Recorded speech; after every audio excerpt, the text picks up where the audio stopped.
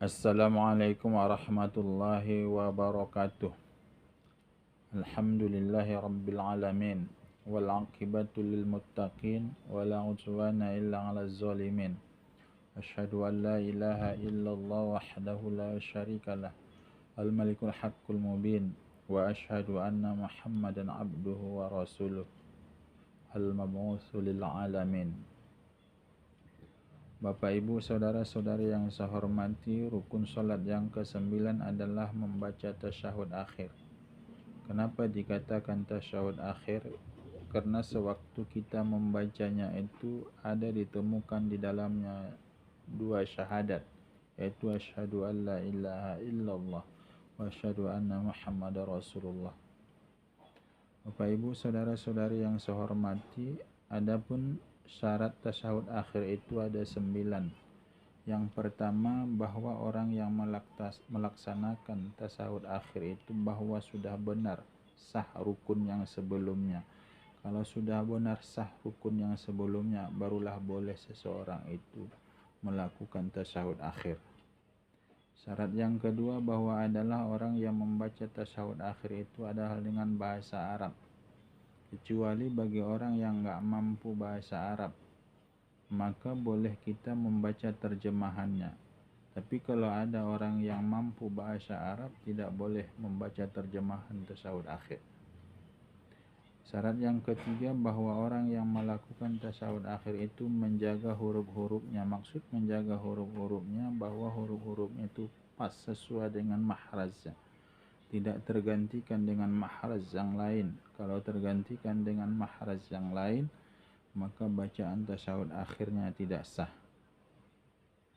Syarat yang keempat, orang menjaga bahwa tasdid di dalam tasyahud akhir. Tasdid yang ada di tasyahud akhir itu ada 21 tasdid.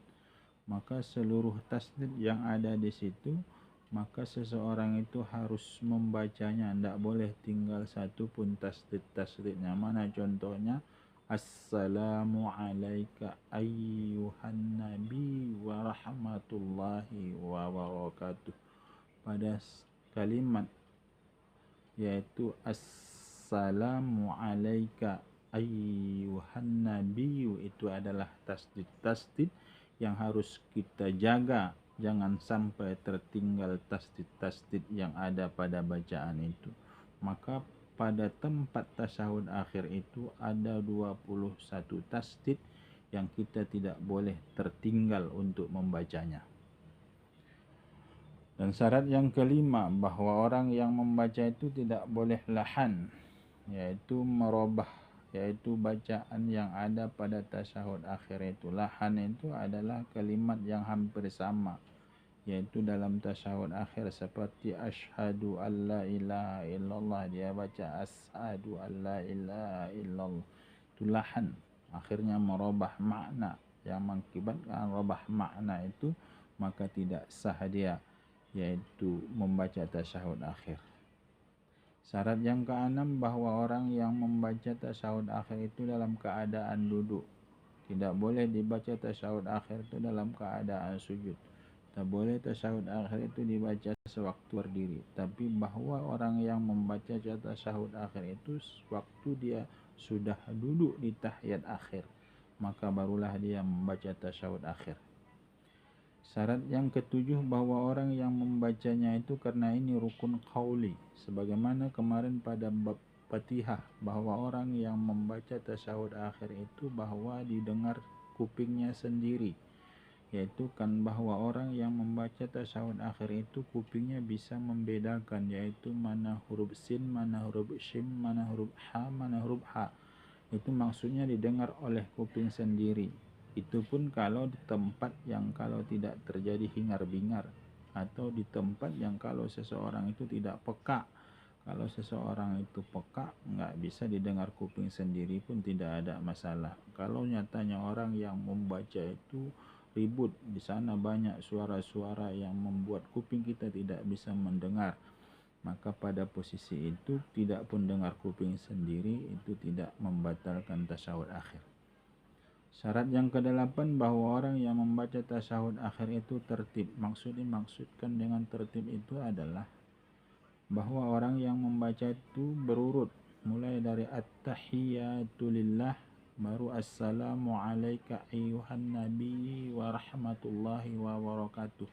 Enggak boleh orang membacanya assalamu alayka ayyuhan nabi wa rahmatullahi wa barakatuh baru at-tahiyyatu lillah. Atau ada orang membaca dulu asyhadu an la ilaha illallah, baru dia baca at-tahiyyatu lillah. Itu kan tidak tertib. Maka orang yang membaca ya tasyahud akhir itu harus tertib, dimulai dari at-tahiyyatu lillah, assalamu alayka ayyuhan nabi wa rahmatullahi wa barakatuh sampai akhir. Nanti akan saya jelaskan bacaan tasyahud akhir itu bacaannya secara sempurna.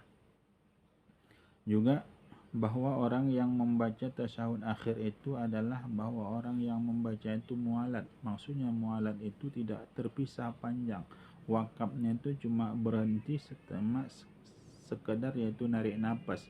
At-tahiyyatu lillah, assalamu alayka ayyuhan nabi wa rahmatullahi wa barakatuh, assalamu alayna wa ala ibadillahi sholihin gitu. Enggak boleh dia at-tahiyyatu lillah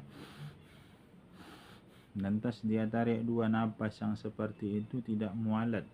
Maka oleh sebab itu yang dimaksud mualat itu tidak dia terpisah panjang dengan wakaf yang pertama kepada bacaan yang berikutnya. Itu cuma sekedar narik nafas saja, langsung dia baca yaitu bacaan berikutnya kalau dia wakaf. Ya, seperti at-tahiyyatu lillah, assalamu alayka ayyuhan nabi wa rahmatullahi wa barakatuh, assalamu alayna wa ala ibadillahi sholihin. Itu cara wakafnya, itu yang dimaksud dengan mualat. Bapak ibu saudara-saudari yang saya hormati, apa itu bacaan tahiyat akhir? Yang wajibnya tadi at-tahiyyatu lillah, assalamu alayka ayyuhan nabi wa rahmatullahi wa barakatuh, assalamu alayna wa ala ibadillahi sholihin, asyhadu an la ilaha illallah wa asyhadu anna muhammadar rasulullah. Ada orang yang membaca asyhadu an la ilaha illallah wa anna muhammadar rasulullah. Ada orang yang membaca asyhadu an la ilaha illallah wa anna muhammadan abduhu wa rasuluh. Maka itulah bacaan-bacaan yang wajibnya. Adapun ada bacaan yang sunnahnya kalau kita tambah at-tahiyyatul mubarakatus salawatut thayyibatu lillah. Adapun mubarakatus salawatut thayyibat itu adalah tambahan bacaan yang sunnah. Kalau kita membacanya at-tahiyyatul mubarakatus salawatut thayyibatu lillah, maka kita akan mendapatkan pahala sunnah karena dengan menambahkan mubarakatus salawatut thayyibat. Adapun bacaan wajibnya itu at-tahiyyatu lillah, seperti assalamu alayka ayyuhan nabi wa rahmatullahi wa barakatuh.